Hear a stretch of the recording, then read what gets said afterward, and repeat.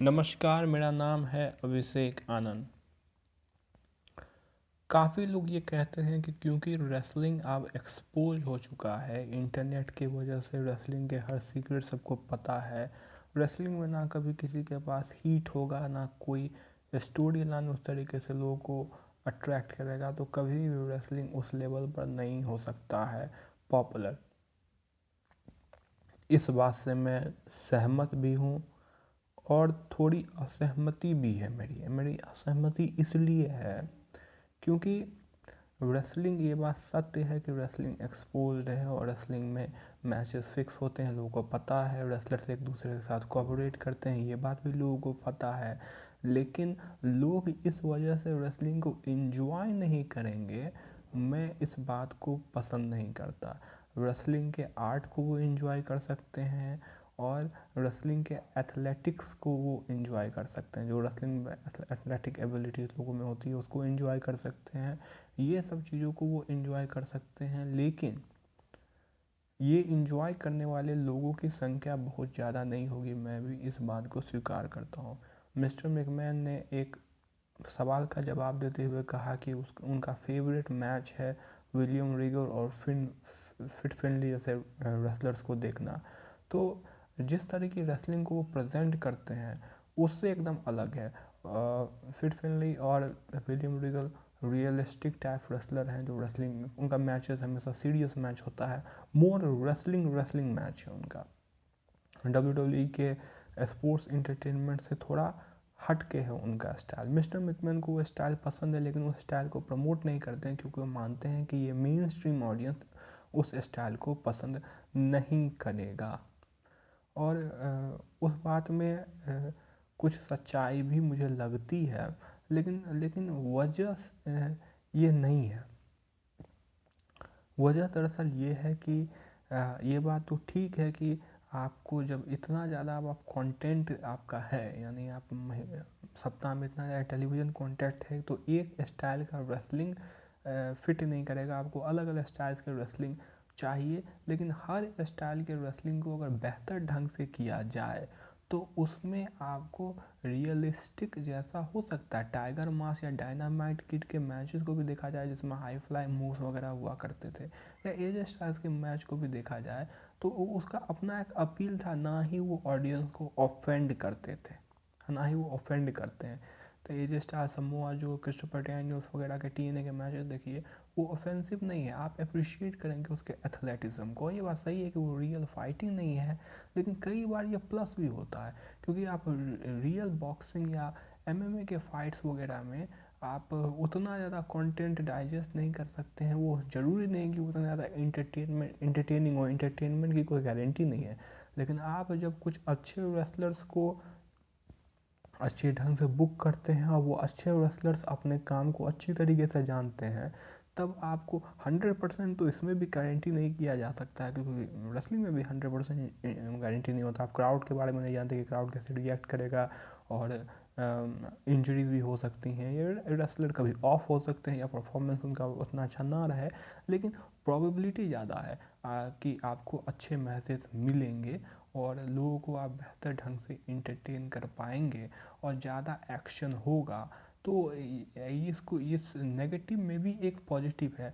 Wrestling आज main stream इसलिए नहीं है क्योंकि रेसलिंग के पास उस तरह के स्टार्स नहीं है। वही द रॉक या स्टोन कोल्ड स्टीव ऑस्टिन या हल्क होगन या रिक फ्लेयर आते हैं तो लोग क्यों उनको देखना चाहते हैं, लोग क्यों उनकी तरफ अट्रैक्टेड हो जाते हैं। वो भी तो फेक थे, जितना फेक आज के रेसलर थे उतने फेक तो वो भी थे।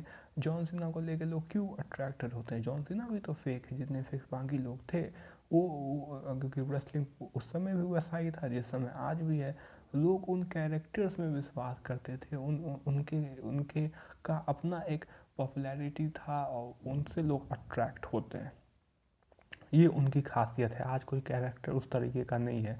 तो रेसलिंग क्योंकि इंटरनेट पर है इसलिए अगर ऐसा होता तो पुराने रेसलर्स का प्रभाव भी ना के बराबर होता, लेकिन ऐसा है बिल्कुल भी नहीं। और रेसलिंग तो इंटरनेट के पहले भी लोग जानते थे रेसलिंग के बारे में कि रेसलिंग कैसा है, वर्क है, इसके बारे में लोग जानते थे।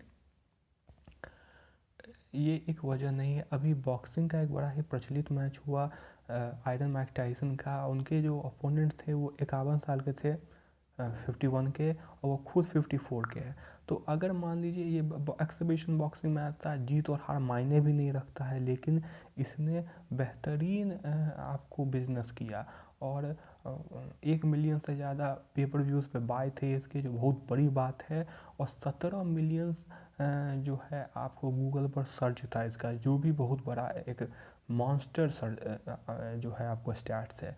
तो इतना बड़ा लोग ज़्यादा इंटरेस्टेड थे, लोगों ने उसको खरीदा भी। तो 51 साल या 54 साल का फाइटर को लोग फाइट में अगर देखना चाहते हैं, वो फाइट जिसमें जीत और हार मायने भी नहीं रखता है, तो वो एथलेटिक्स के लिए और स्पोर्ट्स के कंपटीशन के लिए देखना चाहते हूँ, ऐसा नहीं है।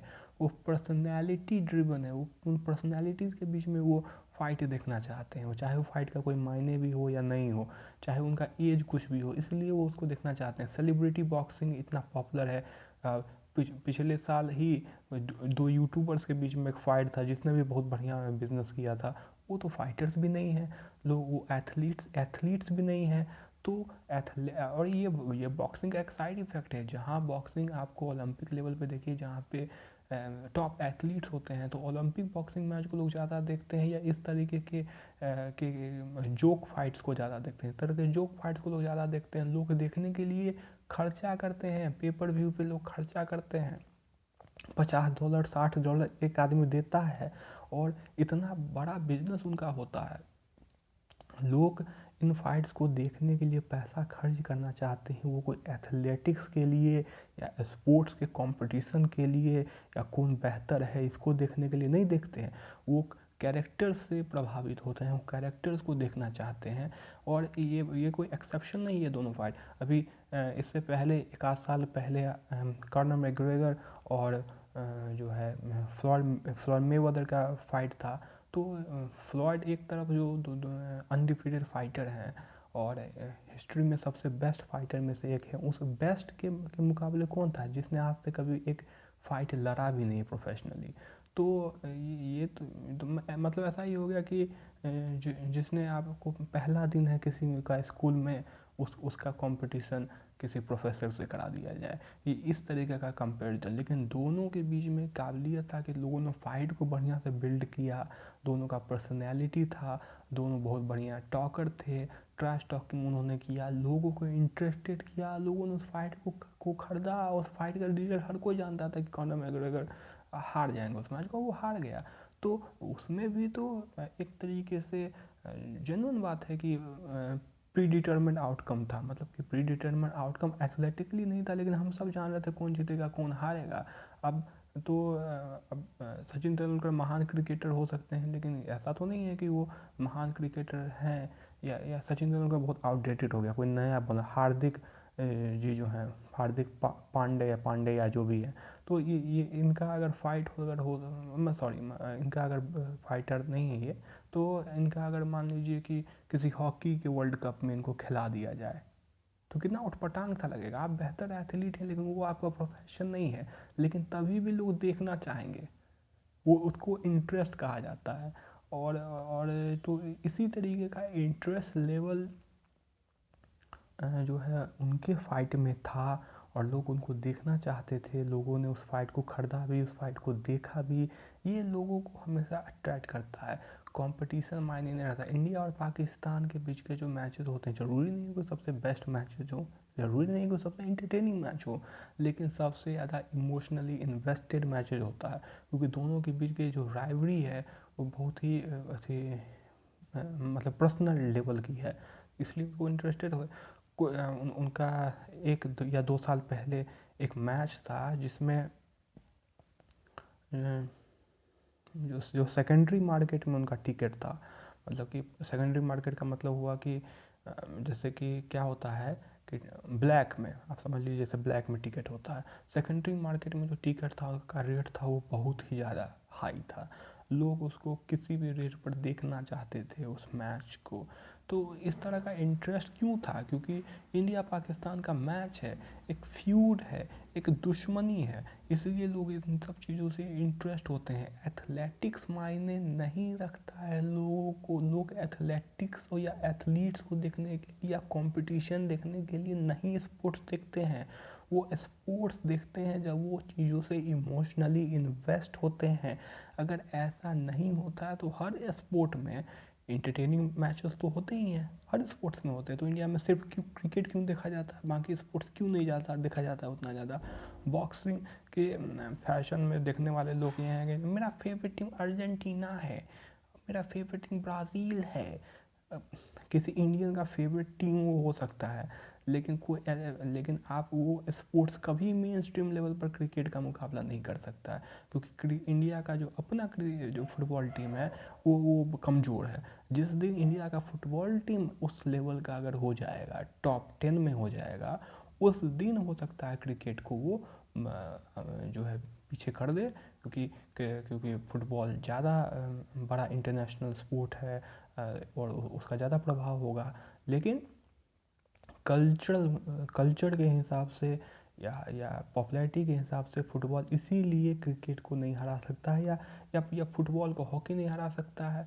तो ये बातें होती है। आज कोई बड़ा खिलाड़ी जो है बाकी स्पोर्ट्स में इंडिया का अगर होता, तो जिसकी पर्सनैलिटी ऐसी होती कि लोगों को वो ड्रॉ करता, लोग बड़ी संख्या में उसको देखते, तो उस खेल की भी पॉपुलैरिटी बढ़ती है।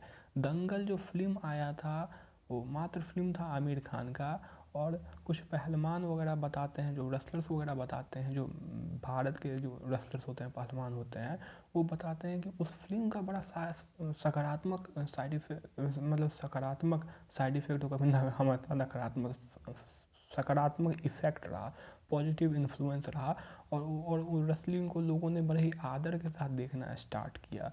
तो इन सब चीज़ों का इन्फ्लुएंस होता है। रेसलिंग को लोग सीरियसली अब अगर नहीं लेते हैं या उसकी मेन स्ट्रीम पॉपुलैरिटी नहीं है, उसका एक बड़ा वजह है कि उस तरह का कोई कैरेक्टर नहीं हो, और ये बाय नेचर ऐसा है। आप देखिए डब्ल्यू के टोटल प्रेजेंटेशंस पे देखिए, ये रेसलर्स जो है वो मिस्टर मैकमैन से या जो कैरेक्टर टेलीविज़न कैरेक्टर है उसे डरते हैं। उसमें उन्हें वहाँ पे जॉब चाहिए और स्क्रिप्ट वो पढ़ते हैं, उनमें कोई बॉल्स नहीं है, जिसे अंग्रेजी में कहा जाता है। अब वही ब्रॉक लेसनर है, तो ब्रॉक लेसनर में ज़्यादा ये है, मतलब कि लोग इंटरेस्ट होते हैं, क्योंकि लोगों को पता है कि ब्रॉक लेसनर कभी भी डब्ल्यू को मिडिल फिंगर दिखा सकते हैं और कभी भी छोड़ सकते हैं, देखना कभी भी मतलब कि छोड़ सकते हैं कंपनी, और कोई उनका कुछ नहीं बिगाड़ेगा। इसलिए उनमें एक बिलीवेबल पॉइंट है, लोग उसमें विश्वास करते हैं। तो रॉक में विश्वास करते हैं कि रॉक खुद बहुत बड़ा है। तो ये इस तरीके के लोग जो प्रमोशन से बड़े हैं, वो लोगों में उनमें विश्वास होता है। लोगों में कमज़ोर लोगों में लोग विश्वास नहीं करते हैं। जनता हमेशा योद्धाओं में विश्वास करती है, कमज़ोरों में नहीं।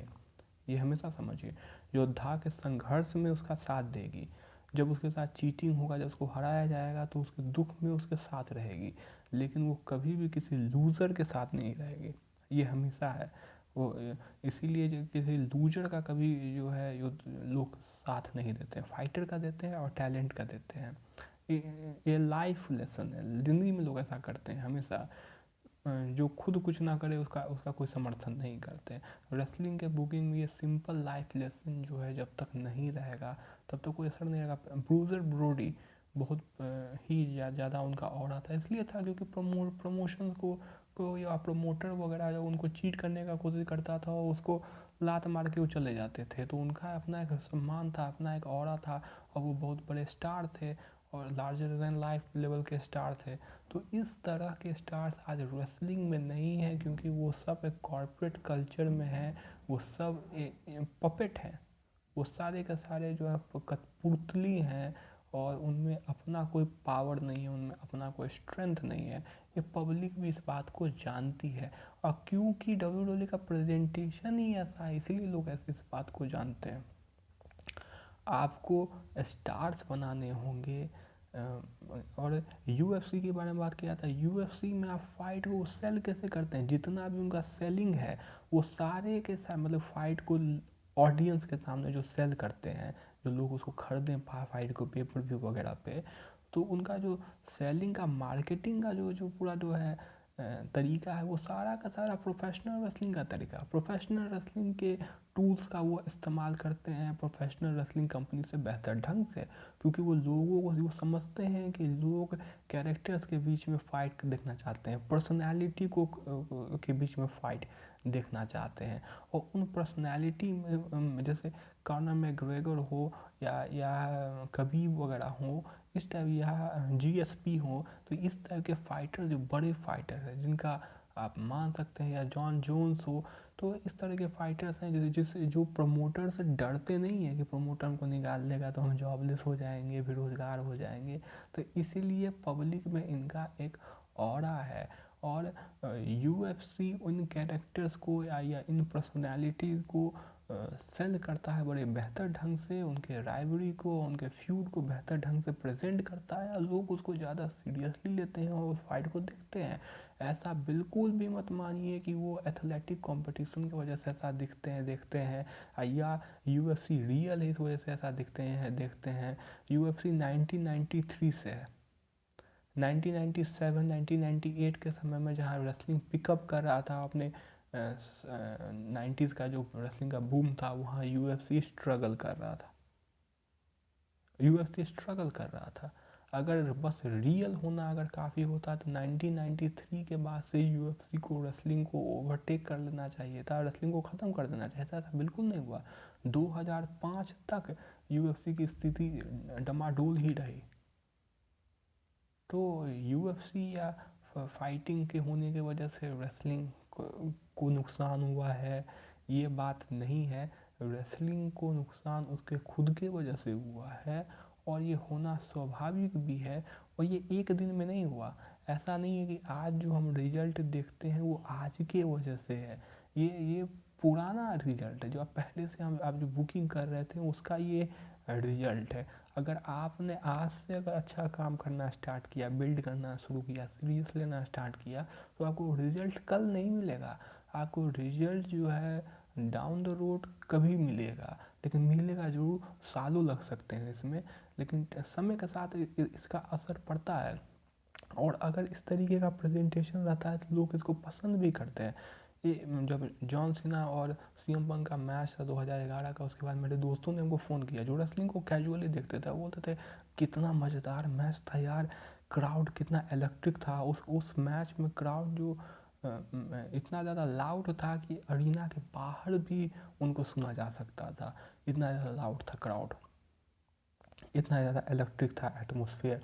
और उसने लोगों ने हमको फ़ोन करके कहा फाइट के मैच के बाद कि सारे मैचेस ऐसे ही होने चाहिए, बहुत बेहतरीन बुकिंग है। WWE ने जब भी रेसलिंग को सीरियसली बुक किया है हर बार उसे कामयाबी मिला, लेकिन कभी वो लेसन नहीं लेते हैं इस बात से। ये अपने आप में दुखद है। और जब से उन्हें गारंटी मनी स्टार्ट हुआ है मिलना, और नेटवर्क के बारे में समझ गए कि नेटवर्क धीरे धीरे ग्रो करेगा, या एक स्टेडी तरीके से वो रहेगा, उसका अपना एक जो है सो है, उससे बहुत ज़्यादा अपेक्षा उन्होंने छोड़ दिया।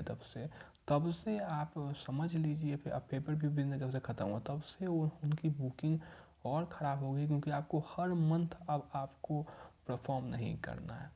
सो ये और रेसलिंग के लिए खतरे का सौदा हो गया। और जब 2020 में आपको लाइव इवेंट्स भी आप नहीं कर रहे हैं, अरीना में भी आपको टिकट नहीं सेल करना है, तब तो एक और मैट्रिक जो था उसका वो और भी ख़त्म हो गया। पैसा तो आप कमा ही रहे हैं, तो बुकिंग और ज़्यादा लीजी होता चला गया। और 2020 इसीलिए WWE के इतिहास का सबसे घटिया क्रिएटिवली और बुकिंग के हिसाब से साल रहा है। 2021 में हम उम्मीद करते हैं कि स्थिति और बेहतर हो। धन्यवाद।